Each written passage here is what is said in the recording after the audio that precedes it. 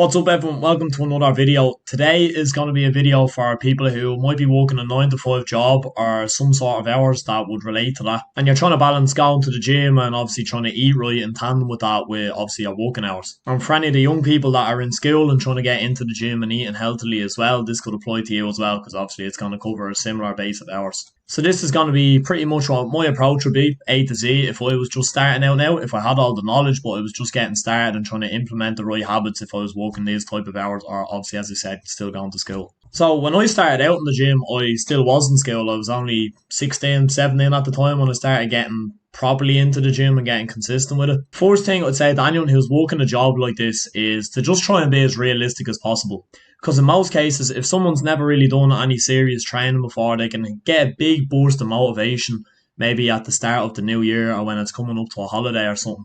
And they're going to try and commit to going to the gym 6 or 7 days a week and eating perfectly and sleeping perfectly. But the reality is you're never going to be able to stick to a perfect routine consistently. So you need to be realistic and ask yourself, if you're not motivated, what can you realistically stick to? Because you're not going to be motivated forever. As I've already mentioned before, this can be a tricky work schedule when it comes to fitting in your fitness. And as I said, don't shoot for the stars straight away and end up giving in too soon. Best advice I can give to anyone, whether you're working a 9 to 5 or not, is stack some easy habits at the start, get some wins on the board. From that, you can build momentum then and start getting all your ducks in order, but just do the basics right at the start. The first major decision you have to make is decide on your training times. Obviously, if you're working a 9 to 5 and if you can't squeeze it in on your lunch break, then obviously you're going to have to decide between early morning and in the evening after work. Now, if you're training in the morning, obviously you're getting it out of the way early in the day and you're going to have that free time in the evening then. But just remember, you have to get up very early. So think to yourself, can you commit to that long term, even when you're not motivated? Some pros of training in the morning, in my opinion, you always have a better day when you exercise earlier in the morning. And also, as I just said before, getting it out of the way early in the day can give you that boost and frees up your mind then for the rest of the day. Training in the evening can be tricky. Personally, if I worked a 9 to 5, I think I'd steer towards the morning time. It's easy to say the night before, or after work tomorrow, I'm going to go to the gym straight away, but oftentimes you're not taking into account how tired you're going to be at the end of the day.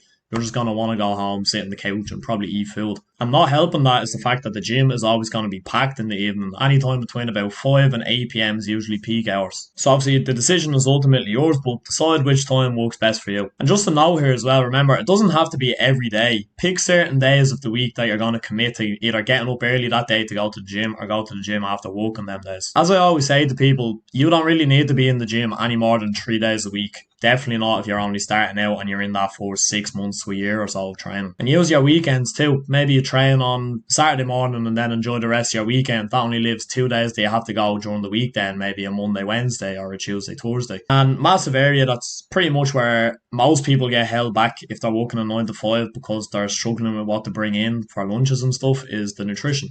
If you're in the office a lot, obviously your diet is going to be pretty tough. You don't just have your full availability of your presses there where you can make anything at any given time. You have to prepare ahead of time. So take into account what you have at your disposal. In the office or wherever you work, if you have a microwave, cooking facilities, fridge, see what is on and off the table for lunches and your snacks. And as I said before, use your weekends wisely too, not only for your training but also for prepping your nutrition for the week. If you're getting home from work, bollocks, let's say I've already trained that morning, maybe you've been up early, you're getting home from work, you're bollocks, you're hungry, you're not really arsed cooking and you have nothing prepped, you're probably just going to order a takeaway. So prepping ahead of time is key. All you have to do is heat it up in the microwave then.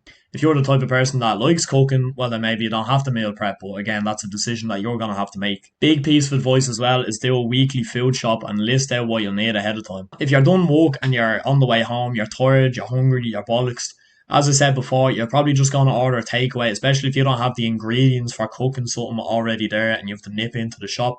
Adds all these extra barriers that you don't really need. If you're prepped ahead of time, it's going to be a lot easier for you. And I've said this at the bottom here, this way you won't be straight on to just eat when you can't be arsed cooking. Dipping back into the training side of things, you should design your workout based on the time that you're training at. If you're training in the evenings, as I said before, the gym's going to be very busy. It's not really going to be feasible for you to just include a lot of popular machines in the gym that everybody's going to be using and you're going to be queuing up for ages. So plan in advance of what exercises you can feasibly do when the gym is busy. That is if you're training in the evening. So for example, if your gym only has one lat pull down machine, maybe don't include that. Because trust me, I trained the gym before where there's one lat pull down machine and you want to see it at peak times. It's like fucking warfare, about 5 people queuing up. And this next one kind of depends on the gym. Some gyms will be probably more stacked out with machines than they would be with free weights and vice versa.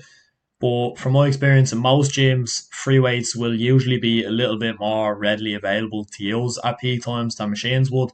So again, take that into account wherever you're training. And if you are including any machines, I definitely suggest having an alternative in place with a free weights exercise as well that you know you're not going to have a problem doing even if the gym is very busy. So let's take a bench press as an example. Maybe you're meant to start out with that, but the gym is very busy and you don't want to be waiting around on a bench. You could do maybe a dumbbell floor press, or you could do some variation of a push up. Maybe one that's going to make it slightly harder if you get a resistance band and use that down a push up. That's just an example. Try and have an alternative in place for any machine exercise you're doing in case the gym is very, very busy. And that's it for the day. Any questions, just shoot them over. And if you enjoyed the video, make sure you like and subscribe.